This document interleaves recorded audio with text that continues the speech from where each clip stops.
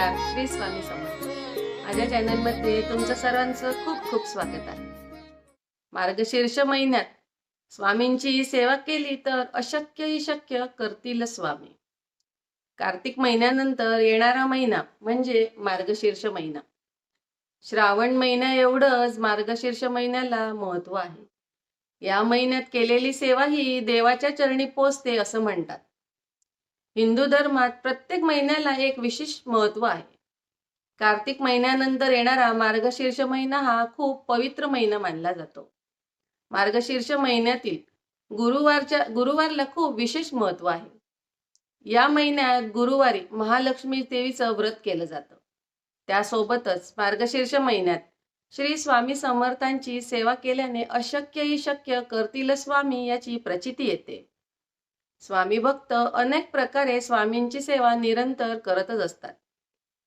पण मार्गशीर्ष महिन्यात महालक्ष्मीचे गुरुवारचे व्रतासोबतच तुम्ही स्वामींचं व्रतही करू शकतात.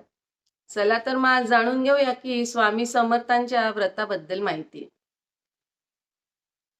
मार्गशीर्ष महिन्यातील गुरुवारी महालक्ष्मीच्या व्रतासोबत तुम्ही स्वामी समर्थ महाराज यांचे 11 गुरुवारचे पण व्रत करू शकतात.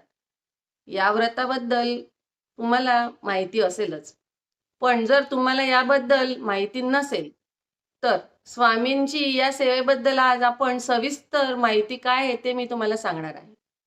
बरेच जण आपल्या मनातील इच्छा पूर्ण करण्यासाठी मार्गशीर्ष महिन्यातील 11 गुरुवारचे व्रत स्वामी सेवेमध्ये करतात. शिवाय हे व्रत केल्याने आयुष्यात कोणत्याही अडचणी येऊ नये यासाठी हे व्रत केलं जातं. आपल्याला आपल्या कामामध्ये यश आणि प्रगतीसाठी स्वामींचं हे व्रत अनेक भक्त करत असतात आणि त्यांना त्या व्रताची प्रचिती पण आली आहे. आता स्वामींचं व्रत करताना कशी करायची पूजा मांडणी, तुम्हालाही स्वामी समर्थांचे 11 गुरुवारचे व्रत करायचे असेल तर पूजेची मांडणी कशी करायची ते मी तुम्हाला सविस्तर सांगणार आहे. हे व्रत करताना स्वामींवर आपला अखंड विश्वास आणि श्रद्धा असली पाहिजे.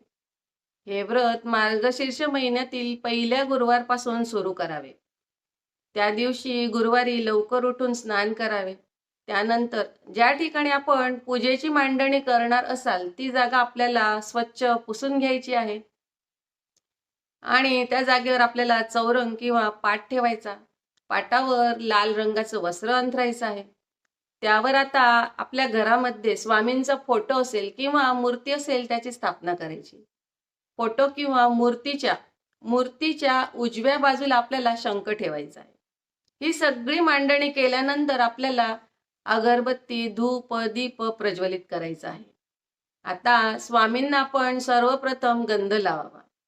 स्वामींच्या चरणी एखादं फळ अर्पण करावं आणि वाटीमध्ये साखर ठेवावी, त्यात तुळशीचं पान ठेवावं. त्यासोबतच आपल्याला पूजा मांडणीमध्ये छोट्या एका लोट्यामध्ये किंवा तांब्यात पाणी भरून ठेवायचं आहे. आता जिथे घंटी ठेवली आहे त्याच समोर आपल्याला आपली घरातील जी जपमाळ असते ती आपल्याला ठेवायची आहे.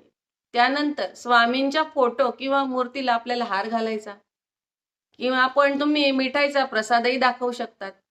नंतर आपल्या घरात स्वामी चरित्र सारामृत पोथी असेल ती पोथी आपल्याला पूजा मांडणीमध्ये सोबत ठेवायची आहे. ही मांडणी करताना मनात फक्त स्वामी समर्थ, श्री स्वामी समर्थ हा नामजप सुरू ठेवायचा आहे. पूजा मांडणी करताना इतर कुठलाही विचार मनात येऊ देऊ नका. स्वामींचे सेवेचा आपल्याला आता व्रत करताना संकल्प करायचा आहे. हे व्रत करण्यापूर्वी आपल्याला 11 गुरुवारच्या व्रताचा संकल्प घ्यायचा आहे. संकल्प कसा घ्यायचा, त्यासाठी एक ताट घ्यायचं आणि एका ग्लासमध्ये पाणी घ्यायचं.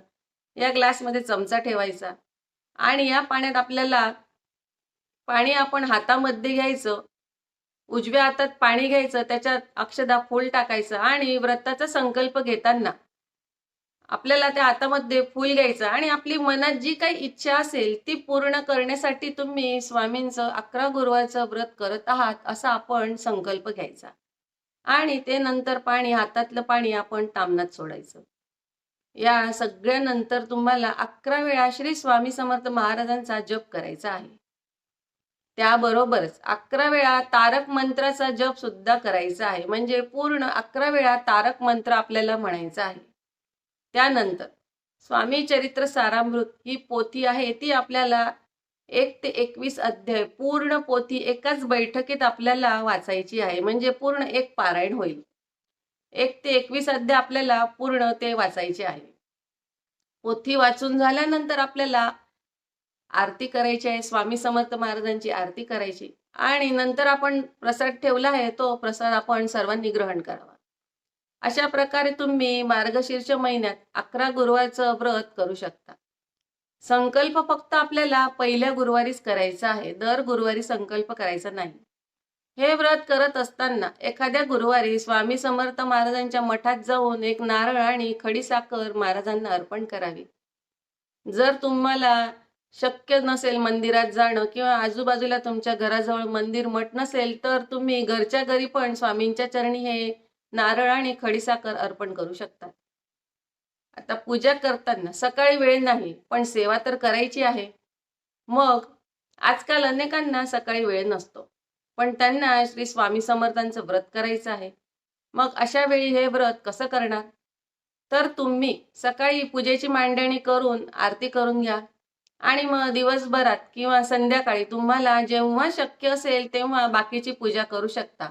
म्हणजे तुम्ही तारक मंत्र म्हणू शकतात आणि 1 ते 21 अध्याय स्वामी चरित्र सारामृत या ग्रंथाचे तुम्ही संध्याकाळी पण, म्हणजे तुम्हाला जेव्हा वेळ मिळेल तेव्हा तुम्ही हे वाचू शकतात. आता समजा 11 गुरुवार करणे तुम्हाला जर शक्य नसेल, तर मार्गशीर्ष महिन्यातील गुरुवारी तुम्ही जी महालक्ष्मी संध्याकाळी महालक्ष्मी मातासमोर आपल्याला श्री सूक्त म्हणायचं आहे आणि महालक्ष्मी स्तुतीचं पठण करायचं आहे. त्यानंतर 11 वेळा स्वामी समर्थ महाराजांच्या नावाचा जप करायचा आहे. 11 माळी जप करायचा आहे. जर तुम्हाला 11 माळी जप करणं शक्य नसेल, तर 3 माळी जप तरी नक्की करावा आणि स्वामी समर्थ महाराजांना आपण प्रार्थना करावी. अशा प्रकारे पण तुम्ही मार्गशीर्ष महिन्यामध्ये स्वामी समर्थ महाराजांची सेवा करू शकता.